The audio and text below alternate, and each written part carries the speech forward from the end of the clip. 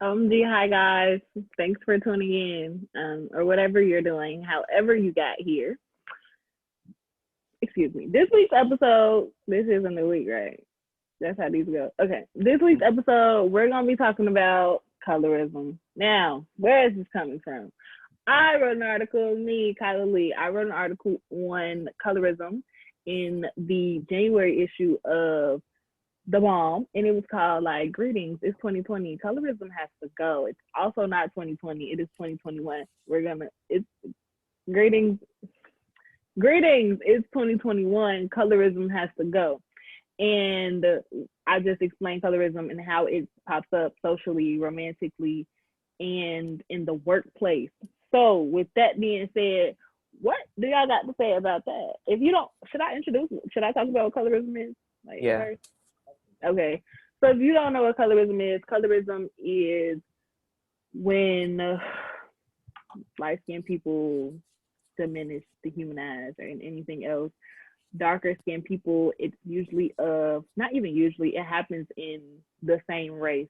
So when lighter skinned black people talk down on darker skinned black people, that, my friends, is colorism. Dark skinned people cannot talk about light skin, like it doesn't work in reverse. That's not that doesn't, it can't happen like that. It's the same reason that, and it can't happen like that because of the same reason that racism can't be reversed. So now that we have that out the way, how do y'all feel about this topic? What are y'all thoughts on it? Did y'all read the article? Yeah. Um, I am just going to come out and say that I am very uncultured in the subject of colorism, so I am looking forward to hearing about it from you guys. I will take the similarities. I know a little bit about it, like I already like that. It I know was a hard little. to hear you for a long time. That's why everybody looked He so said, so yeah. confused. He Yeah, we basically couldn't really said hear you. he basically said that he was not very cultured in the sense of colorism. Like he's not very knowledgeable about the topic, so he's really just here to Okay. listen. Okay, But that's fine. my question is, have you this is to you, Andre. Kyla. Do you think Oh. do you do you think um you've experienced any colorism in your life? Because you are not light skinned or brown skin. I would consider you a dark skinned human being. Yeah. Do you think you've and yeah, that. Not necessarily. I don't think so. Um, I am. I've had a very sheltered childhood. I'm not gonna lie. My mom and my parents in general, it's just been like they want to shelter me from the bad of the world, and that's why high school has been like such a crazy experience for me, because it's like I'm learning so much about so many different people, and I'm meeting so many new people, and it's kind of cool. But to answer your question, no.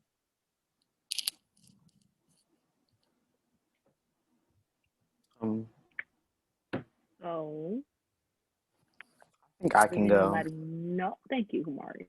I just don't want it to be a backward silence. But um, I think in terms of colorism, I'm gonna be honest. I have encountered racism.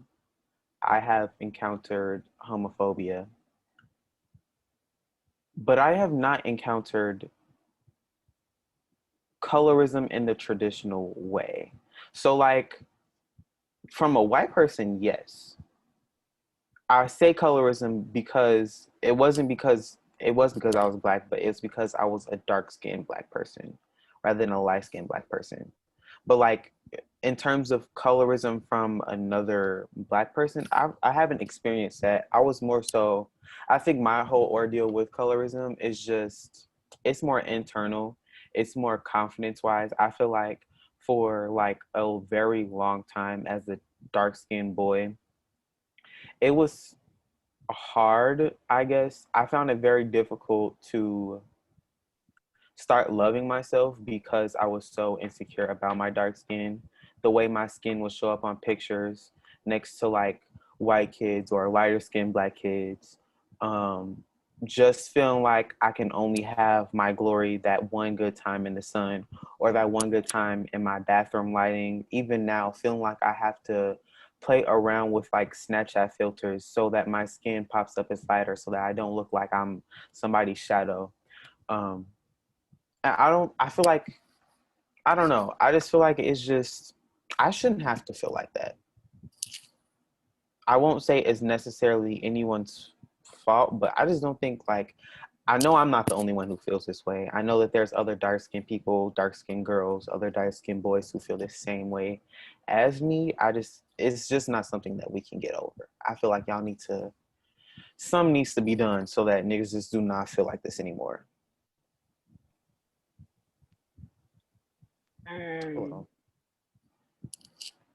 Did he anybody? say, hold on? Oh, I'm gonna say, not you gonna answer a call on us. Ariana, why you look so, oh, I thought you froze. Anybody else want to talk about colorism, anything before I get into my spiel on it? Cause Wasila can go, and then I have a small, slight comment. yeah, okay. I'll go after Jada. Okay,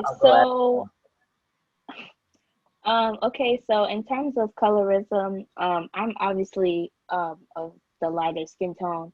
So I think I don't know if I've like personally had an advantage in colorism, but I definitely have seen colorism and how it affects other people around me, as well as culturally. Um, it's very much because I am a first generation American. My parents were born and raised in Ghana, West Africa, and it's definitely something that colorism doesn't just affect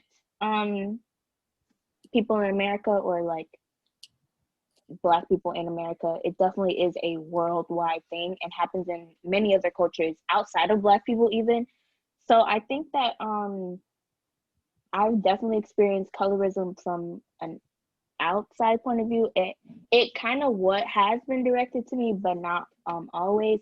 A lot of the times there's been like promoting of like skin lighteners and skin brighteners and things to lighten your skin tone and like get rid of your melanin and like bleaching creams and things like that. And those are definitely that have been like marketed to Black people. I know I'm pretty sure like my grandmother uses like lightening creams and things, and I just think sometimes it just makes me really sad because it's like um dang, people really don't like the color of their skin. When like if I look at a dark skinned person, I'm like, wow, I wish I was more melanated, you know, like melanin's so beautiful, like it's so pretty, it pops in the sun, everything. Like I just don't like get it, and it makes me really sad. And I definitely been one to like either like defend colorism or like just like condemn it, because people are, oh, did I just say defend colorism? I meant defend people against colorism. That's what I meant. Yeah. Yeah. I was one time in elementary school, there was this one boy, he was a dark-skinned individual, and there was a lighter-skinned girl in my class. She was like fairly light. I'm pretty sure she was mixed race or so. And he looked at her and he looked at this other girl who was darker skinned, and he was like, well, the darker skinned girl would be the slave and the lighter skinned girl would be the slave owner. And I was like, did that just come out of your mouth? And I was so baffled because I was like, y'all are literally the same color. So what? It didn't make sense. And he meant it. Exactly. And I just feel like that was just such a terrible thing. You know, you always hear the jokes like, oh, if we turn off the light, I won't be able to see you because it's so dark. Like, it's played out. It's annoying. And I don't know. Yeah, that's my spiel. Yeah, I was just gonna point out that like I can't necessarily add, I feel like, too much to the conversation because I cannot experience colorism, I would say. Like, I'm very much middle skinned. Um, so it's like I can't experience colorism. I don't think I have too much to say on the experience factor. But like Wasila said, I see it a lot, like a lot, definitely on social media from an outside perspective. Like, I feel like Twitter is a breeding place for colorism. Just this morning, I saw this tweet of this man, and he was asking for examples of colorism in men and basically like some experiences of dark skinned men. In that same breath, like literally hours prior to asking about that, he had tweeted another man on Twitter and said if he had kids, his kids would look like tar.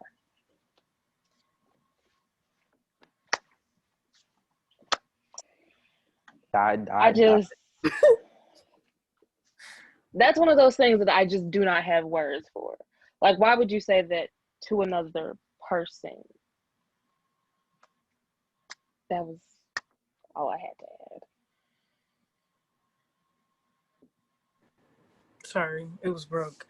Okay, so like Jada said, very much middle skin, so I have not experienced any colorism. I've definitely seen it happen around me. I've heard all of my, a lot of my friends talk about it and just different things like that. And I always hear like other people say, yeah, when I was younger, I wanted to be light skinned and this and that, but it just wasn't like that for me. If anything, it was like the total opposite because like my other family members are darker skinned. I always was just like, hello, hey, come on, girl.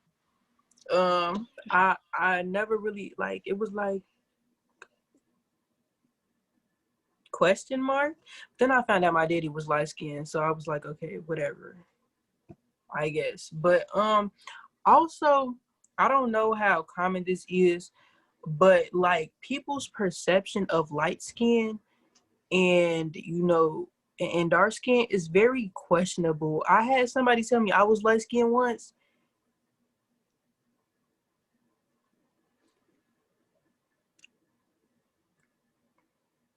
Kyla's face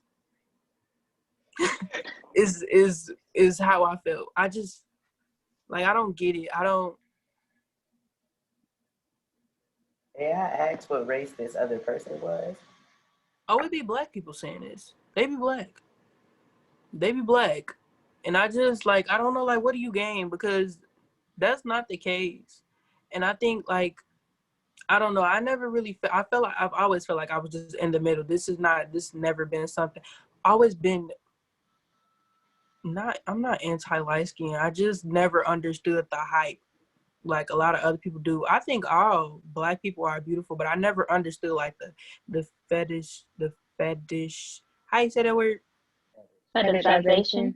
That one. I never understood that when it came to lighter skinned people.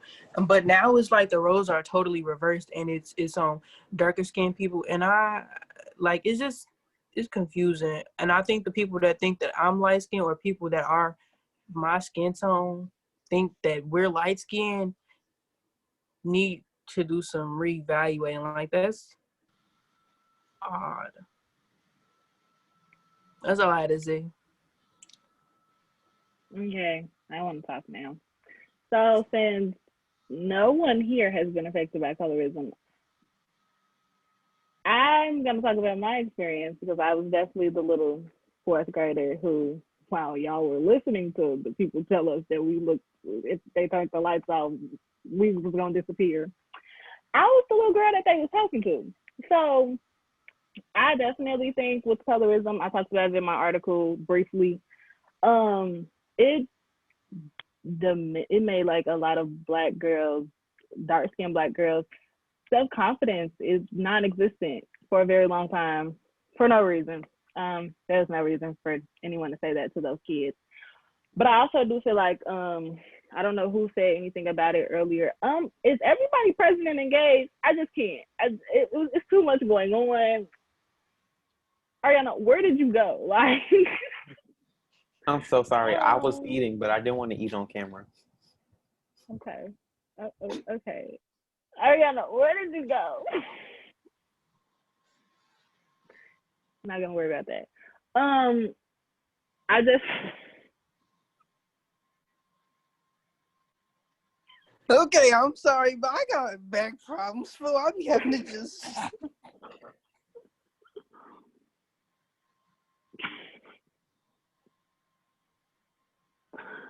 okay.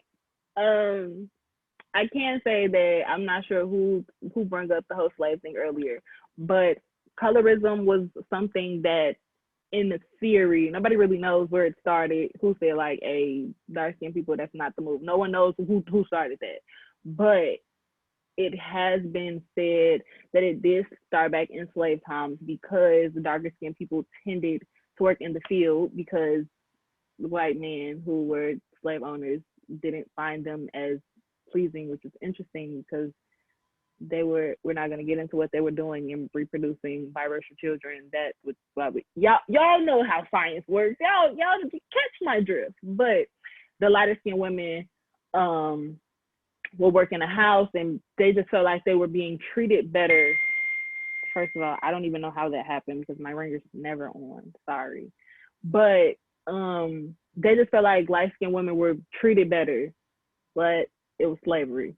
Everyone was a slave. If she decided she wanted to quit, there was no way that she was just gonna quit. The only way she was leaving was death. Okay, and one no quit. She was either running away or that was it. You know. So I feel like that's where that started. As far as the commentary goes, colorism been brought up in the media so much lately. I'm sure you know that in middle school, kids was calling other kids dark skin. I had this girl tell me, I don't mess with dark skin girls. A brown skin girl, she's a little bit lighter than me. Tell me, a lot of my friends, not dark skins, I don't like dark skin girls, but I talk to you because you're cool. Now, little sixth grade probably didn't know about it, right? I'm like, what? It wasn't until recently I thought back on that, like, she never said that to me. Not for real. She did not open her mouth and say that to me. She did. She really said that. But it's stuff like that that's crazy. Now, let's talk about how not only colorism is running the confidence of little girls who look like me, colorism is also taking their opportunities away in the workplace. What? This is insane. How could you? What? what? Name the last love movie y'all saw where there was somebody as dark as me in it. I can give you one because I watch it all the time. The Photograph stars Issa Rae. Everybody should watch it. I'm gonna photograph y'all to life. Like, bro, everybody go watch the That movie Photograph. was But wonderful. thank you. Ariana watched it. 10 out of Anyways, 10. Watched it because Kyla told me to. actually 12 out of 10. I'm sorry, but it broke my scale. We love black love movies. But even back in the 90s, how many movies did you see where the woman, the love lead, the woman, was as dark as the man? Poetic Justice, for example. Tupac was a darker skinned man. Janet Jackson was not. And my thing is, hey, it could have just been casting. Maybe Janet Jackson was just, the better pick, but that did not happen for all of the movies. There's no way. Love and Basketball, as toxic as the movie already is, Sanaa Lathan was significant, not even significantly lighter, was a tad bit lighter than Omar Epps. Why? Well, I ran into some information the other day. Society tends to view darker skinned men as masculine and admirable, like, oh my God, he's strong, while they view darker skinned women as masculine, but not nearly as admirable. So that is why that is why Kamari and Andre can say that they've never experienced colorism and they're the same skin tone as me, but I can say that I have because society love them dark men. These white women love them some dark men. But let me walk in the room. Everybody is now threatened, and if the lights turn off, I look like tar. And if I stand in the sun too long, I'm gonna be too dark. That's another thing we should talk about because what? I'm gonna pause to see if anybody has anything to say before I keep going. Cool. Can I go? I wanted to bring up this before you had even started talking about it in like the workplace. As much as we all love her, we must we must remember that that Zendaya Coleman has light skin privilege. Sorry, not sorry. She is talented. She's talented. She could sing. She could dance. That lady can act. She can act her butt off. But let's not act like if a dark skinned girl had auditioned for Shake For It Up any of the roles, the any of them. same day that they would have got it. Anybody else, they wouldn't have got it. Anybody. I enjoy Zendaya a lot, but we gotta understand that even our faves have light skin privilege. It's just a thing that we cannot ignore. Just yeah. One thing I can apply Zendaya for, she has openly said she wouldn't be here today if she wasn't taking somebody else's spot. She understands her light skin privilege, and I can applaud that. But something about understanding it and not doing anything about it is always where I will stop the brakes. Please don't pump the brakes. Just stop the car, okay? Because what, you still taking the road. I'm not an actress though, so who can I really talk about? I would definitely like to You can piggyback go. off of that. I definitely would like to piggyback off of that. I feel like looking back, the early 90s, early 2000s, I saw there was a lot of like those strong black movies that were like staples, and it kind of went from like all light skin, and then now a lot of the times Hollywood doesn't even try that much. Like it's literally it's biracial people who are biracial, people who are mixed race, like they don't even try to get just light skinned people. And I feel like people like Amanda Selbig, um, Zendaya, Yara Shahidi, like all of them are just. Please talk about Yara. Yes, like I see all the time that people are like, Yara Shahidi can't even act, and yet she keeps getting these roles. They keep getting these roles that you would think would, especially we can talk about this just a little bit later about the movies that are based off books that have been adapted, and they just change the role to somebody who is a lighter skinned person. But people like Zoe Saldana, like all these people, they are light skinned people and they have light skin privilege, and yet they're still getting these main roles. And dark skinned women are just used as the comedic side character. The slaves. They bring us in to be slaves. They want us to be the mistresses. They want us to be the mamas who don't got no daddy in their life, who had babies and they ain't never seen the baby daddy in the whole movie. That is who black women are. Black women are never the one who gets to fall in love. Yep, never the love interest, almost never the main character. It's the only person that I can think like offhand that has really like revolutionized the way for dark skinned women is Viola Davis. Like she was a dark skinned woman as the main character, as the love interest, and to a president. She was busting. I love Viola Davis. I'm sorry. Yes, like she was doing the dang thing. Like she had her natural hair out. Like she was always being that person to kind of like push the envelope. I was gonna basically, like Wasila took the words out of my mouth, but I was just kind of gonna talk about Zoe Saldana specifically because that specific situation was so messed up all the way around. They casted a light-skinned woman and then painted her darker and used a fake nose on set so that she would look more like Nina Simone. We did all of this, and we could have gave the role to a dark-skinned woman. Could have just went with a Tika something. Like there's just, and that comes with most isms. There's just no sense to anything. We gave her this role simply off the fact that she was a light-skinned woman. Like she was not qualified for the role. Like if you're looking for a certain look to play someone in a role, you would think one of the qualifications would be, let's maybe look like who were trying to play here, at least just a little bit at least. No, but they literally gave her a prosthetic nose and painted her darker, and she let that happen. No more that they did it, but Zoe Saldana sat up, let that happen, waited until the movie was playing, and then started crying about how she was sorry that she let it happen. And like Kyla said, I'm no actress, so maybe I don't have room to speak on that, but something about letting it happen, actively partaking in it, and then crying about it later, that don't sit right with me. It don't. Yeah, I think you have a point though, for real, because movies take forever to make. Like movies take 2-3 years to make, and if she was walking around with a prosthetic nose on set for 2-3 years, you would think that you would hear something about it before the movie was done. So you definitely have a point.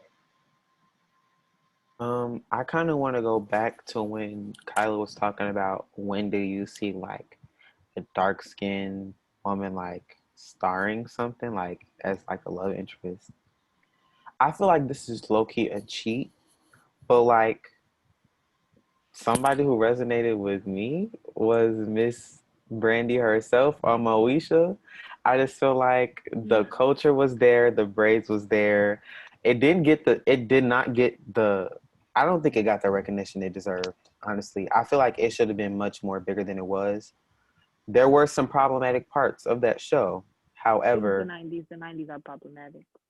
exactly. Early 2000s too. Yeah. But like I don't know. I like Loki. The fact that that was like the only thing that came to mind. Very much. Ew. Very much. Yeah. Ew. How many brown skin women can you name? Because I can give you right off bat. I can give you Brown Sugar. I can give you Love Jones. I can give you Love and Basketball. I like you. Do you see what I'm saying? The list goes on and on and on and on. Why am I begging for representation? This is sick. Anybody have any other thoughts? Y'all could have at least said no. Oh my God, Jesus. No. I do want to talk about how representation is showed though, because it's giving me here y'all go. Dang, like oh geez, you said you wanted somebody black here, bro. Let's talk about Bridgerton. Now I'm not sure if any of you guys have seen Bridgerton. Can I get a raise of hand if you have seen it? Jada seen it. So, Because you made me watch it. Oh, we're not gonna talk about that. These people gonna think that I'm forceful. Well, I see what. Are you here? Okay, what's going on with y'all two? I don't know. I'm Can we so get sorry. My Ariana brother. back or no? My brother walked in. Y'all What was can the y'all see question? the little thing on my thing that say no? Sadly. No, we couldn't see it. Thank you, Ariana. We understand that you didn't watch it. But the point that I am trying to make is that Bridgerton got a lot of recognition. Wait. Sorry. What was the question? Did you watch Bridgerton? Have you seen any? Yes. Okay. Bridgerton got a lot of recognition, especially in the last couple weeks because of the diverse cast that it had. The queen was a brown-skinned black woman. There were many dark-skinned women featured. One of the main characters, the Duke, was a brown-skinned black man, and the world went up like, what? They giving us representation, which is interesting because the Shondaland produced show, which means the one and only Shonda Rhimes is responsible for it. One thing that Shonda Rhimes has always been consistent with is interracial couples. Shonda gonna give you just enough black. She ain't gonna give you a lot of black. She gonna give you a little bit of seasoning, light now sauce, if you will. She not gonna give you a whole bunch of it. So people were extremely upset when they seen that all of the dark skinned characters didn't speak. I'm not sure if anybody who's seen the show noticed, but yeah, the dark skinned characters, they were there, they were gorgeous, but none of the women spoke besides Lady Danbury. Like nobody else had any speaking roles. They were just the queen's handmaids. And I bring that up to say, yes, we want the representation, but it's not representation if they are maidens, slaves. A slave is somebody who just is a worker. Like if they are being brought up and they are just there, We don't want that at all. Yeah. I also want to talk about how Lupita Nyong'o was named the most beautiful woman of the year after her performance in 12 Years a Slave. I believe, I'm actually not sure. I think it was like 2014 though. And how many movies have y'all seen Lupita Nyong'o in that had nothing to do with slavery, minus Black Panther? Didn't see Doesn't it. exist, right? Wait. Wait, What was it that? What was that chess movie? It was that. The Queen of Oh, Catway. Yes. that's a really Catway. good one. That is a That- really good one. Yeah. That's a really good one. That was the one about the brilliant little girl from Africa. That's the only one I can give you. She was named the most beautiful woman in the world. Like somebody really said, we're gonna give it to Lupita, but we're never gonna give her any other roles that any of these other women got named for. That is because society does not view dark-skinned Black women as they do any others. So yeah. Do y'all have any comments about anything that I just said? That was the Mother in Us, right? I can't remember. Yeah, that's her. And she was what is Lupita's name in Black Panther? Why did I just go blank? Wait. Oh no! What is that? What is it? It's Us. That one scary movie about the George Hill movie. Doppelganger. Yes, that one. It wasn't called Yeah. Doppelganger. No, it had doppelgangers in it. That Oh. was the whole thing. Sir, I'm like, Was it Nakia? I'm sorry. Nakia. It was Yeah, I Nakia. just looked it up. No, I didn't look it Yeah. up. I knew looked it it was up. I about was him, saying, but I didn't. I remembered as I was looking it up. Wait, what are y'all talking about? Nakia. What was her Lupita Nyong'o's character in Black Panther. Yeah. Oh.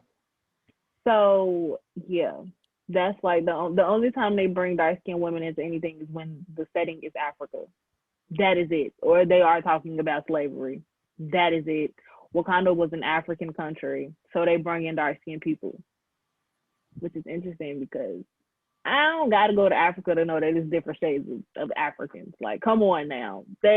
What? Oh, we're not gonna get into that.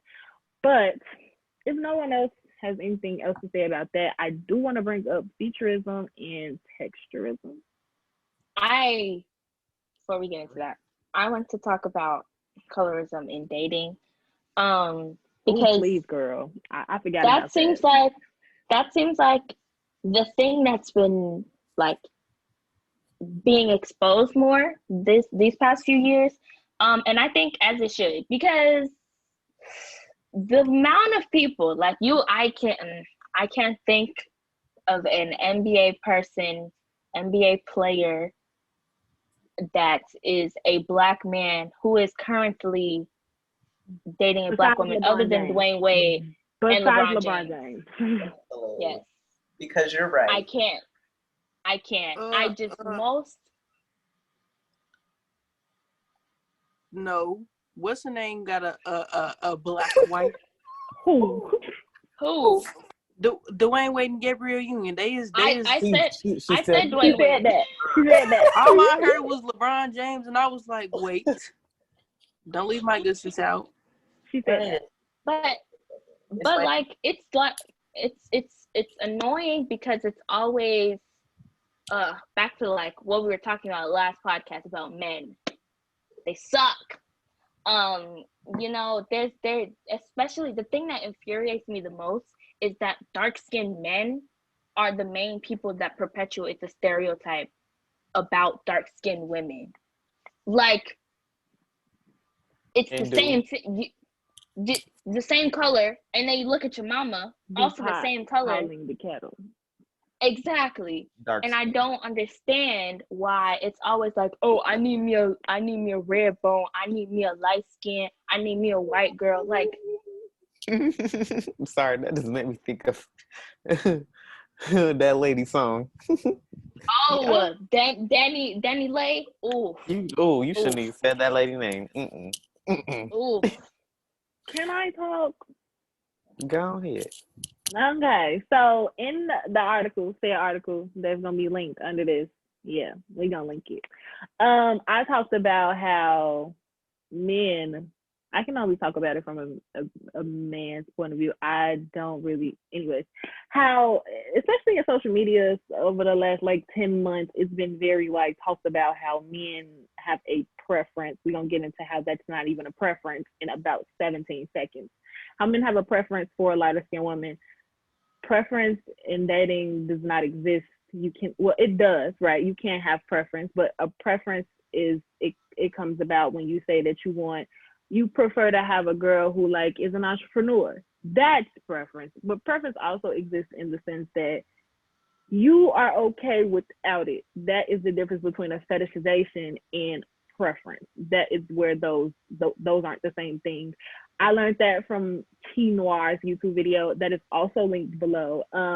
Yeah, she always watch all her videos because she get me right all the time. But you can't prefer something that cannot be changed. I can't go and say, hey, I'm gonna put on my light skin today. That's not how that works. So how could you prefer to talk to somebody that is light skinned? What, that doesn't make any sense. And men are so ignorant that they don't care. Like that doesn't make any sense. None at all. A preference will never be a skin. A skin type will never be a preference. So please never try to make it one. I don't care if it's a joke. I don't care if it's not a joke. I don't care if you was trying to be funny in front of somebody. Like, that's not a thing. Thank you. That's very Yes, awkward. I'll be go ahead. watching just different people's stories, you know, when they're doing Q&As on their stories, and they do polls, and you know, they ask, do you like dark skins or light skins?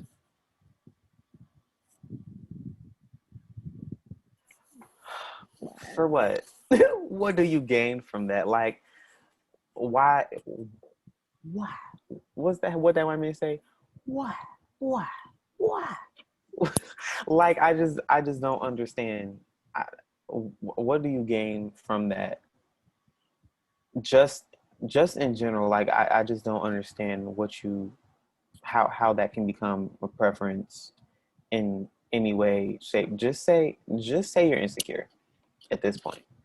Just say you're insecure, because it's embarrassing, in my opinion. I do also think that comes from, it's kind of like a status symbol. I don't know if y'all real into like the 80s and the 90s and the 70s, but when black men got famous, when black men got money, they wouldn't get them a white woman. I feel like a lot of black men always seen white people as the American dream, and not just the things that they had, but them. Like the same way white people fetishize black people, in a way, black people tended to fetishize white people. So they felt like, hey, if I get me a white woman, if I could beg me a white woman, I'm on. And we are talking about men because that's generally where it like shows up the most. I mean, I'm not saying that there aren't women out here who are colorists, because there are a lot of light skinned women who I've encountered that are colorists, but men always seem to flash the light on themselves all of the time. They're embarrassing, as Kaylin would say. Embarrassing.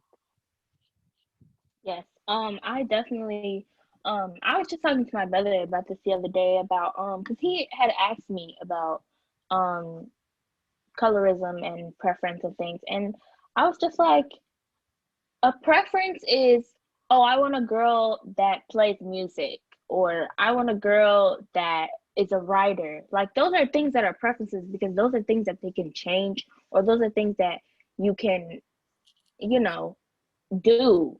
But just like you said, preference is not something that you can't change. You can't go, oh, I don't like to date dark skinned women because they're dark skinned. Like, they didn't, that's not up to them. They didn't choose to be dark skinned, they didn't choose to be born dark skinned. I just don't, that just doesn't correlate.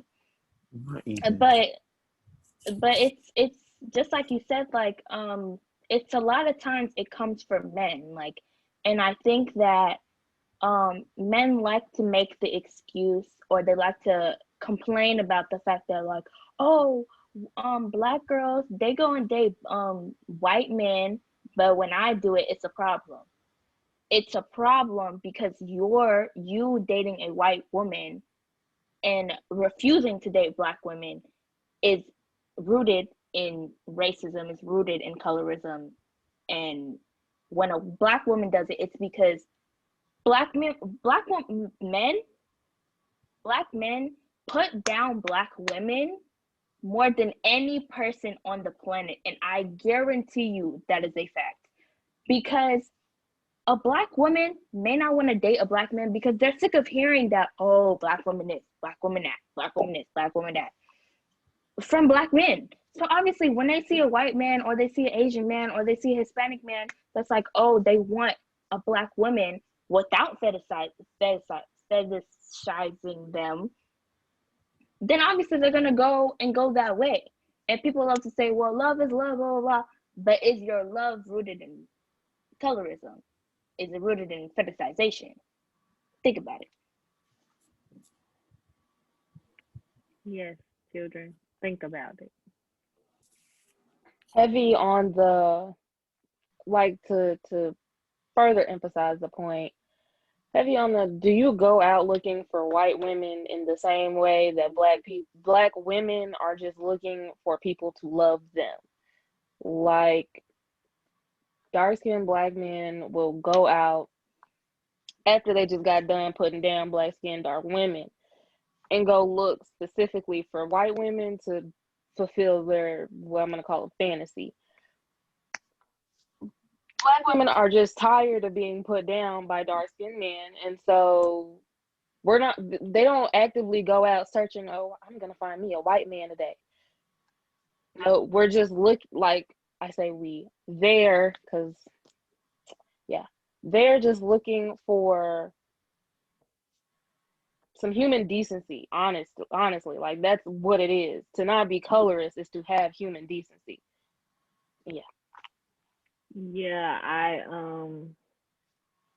was watching another video yesterday because once more I'm a lame. I do stuff in my spare time. And it was Kai Foster's video on colorism. I'm sure we can get that linked in some sort of way or form. But Kai Foster's YouTube video on colorism, and she was talking about how like she dated a white man she dated a black man, and he was basically telling her like he didn't want to date her anymore because she was too dominant. He wanted a white woman because she was assertive. I think men in general have a power complex, but why is it so prominent within the black culture? Like why was that needed? And of course it's not everybody, but within the social media culture that we have today, like social media is so prominent in our lives, people think that it's everybody. Y'all, let's be for real. It's so many people out here. All the men don't think like that. Like a lot of them do, but that is not everybody's reality. Anyways, I just feel like why do so many women experience the same stories and then men tend to try to flip the stories back on them like, what? We never said that. Y'all said that to her, and her. Like, come on now. We remember it. We was there. That's because it's everywhere. It's literally everywhere. It's in dang near every celebrity relationship, every rap song, every movie, TV show, YouTube video, and all the art and media that we consume. That's where we see it. And even in our households, like with you saying like why the men want to be dominant. Especially in the home. Now look, hold on. I think I need to adjust my seat for this. Crossing my legs, if you cannot tell. I am a lady. Ain't no way. I'm kidding. But I just, the whole man of the house thing, the thing where there has to be some type of dominant man over the house, taking care of things, very much toxic to the community. And they were brought up like this. This is why I don't put everybody at fault for every wrong thing they do, because this is just what they were taught.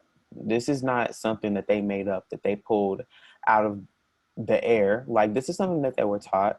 I was taught, imagine if I wasn't as educated as I was. I don't think I would be as educated as I was without, like, the internet. If I did not have the internet, I probably would be like another toxic dude, like man in a house. This is something that I got to do. I always got to provide, take care of my family. Listening to the radio, listen to the city girls talk about how they want a nigga to spend all their money on them. That nigga's going. I mean, I still bump it. Like it's still throwing off your watch, don't raise. But nigga spend that change. Sorry. But like at the same time, we just cannot act surprised as if this is something new. Like this ain't something that we've been learning for centuries, for generations now. This stuff been passed down. I just don't know how far we're gonna get with unlearning that. I mean, I'm a firm believer that we don't need men. So, I mean, they don't need to be here. If you want to be completely transparent, like completely honest, women have gotten so far into civilization, evolution, whatever you want to call it. I'm being raised, I ain't grown yet, by a strong Black woman. So many people's mothers are strong Black women who don't need no man. Yeah, they probably wanted one. Yeah, he probably would have been helpful along the way. But so many people, mamas that I know, have gotten this thing done by themselves. So it's getting to the point where, yeah, he should have been around, but all these the people in our generation is growing up like, man, we don't really need them problems. It's not necessary. I hope that's what evolution takes us, where men are definitely the dessert. They're not the entree. Like to say, we are not gonna need them for much longer. I've been looking it up to make sure we can make bone marrow babies. Here she goes. So the day that they all disappear, I'm gonna start trying to recruit us. Don't panic. It's okay. I just feel like these dudes need to get their act together. Jasmine Sullivan talks about it on her new album. Y'all go check that out. But yeah, like this is getting ridiculous. Colorism as a whole gotta go. 2021 has to go. Like it shouldn't have been around this long, but gotta get out of here, because guess what? I'm coming to take every opportunity that I can, every opportunity that's for me. So I kind of just wanted to briefly go back to what Kyla said about the not all men statement. I feel like a lot of times people get so offended about when people generalize men, or when people generalize certain things. And I think that people need to get over it, because if we're not referring to you, if you're not that person, if you felt hurt by that comment, you're who they're talking about. What they say, a hit dog gon' holler. A hit dog gon' holler every single time too. So if it applies to you, if you feel some type of way about it, that means you need to check yourself, not the person making a statement. Because yes, we know it's not all men, like it's not, obviously, but it's enough men where we can make that generalization. And if it's not you and you're not saying nothing about it, you're part of the problem. I think that is a great place to end this segment. So, Kyla, are you going to take us out? I would love to take everybody out. I'm Kyla Lee. Thank you for actually listening to my TED Talk. Oh my God. Yeah, that was our spiel on colorism. So what you gonna do now? You gonna not be a colorist. Death and prejudice. Don't be a colorist. It's over with. Jokes about people's skin tone are not funny. Don't make them. You cannot prefer a skin type. Don't have them. And hey, make sure you're requesting to see dark-skinned people in those roles. Until next time.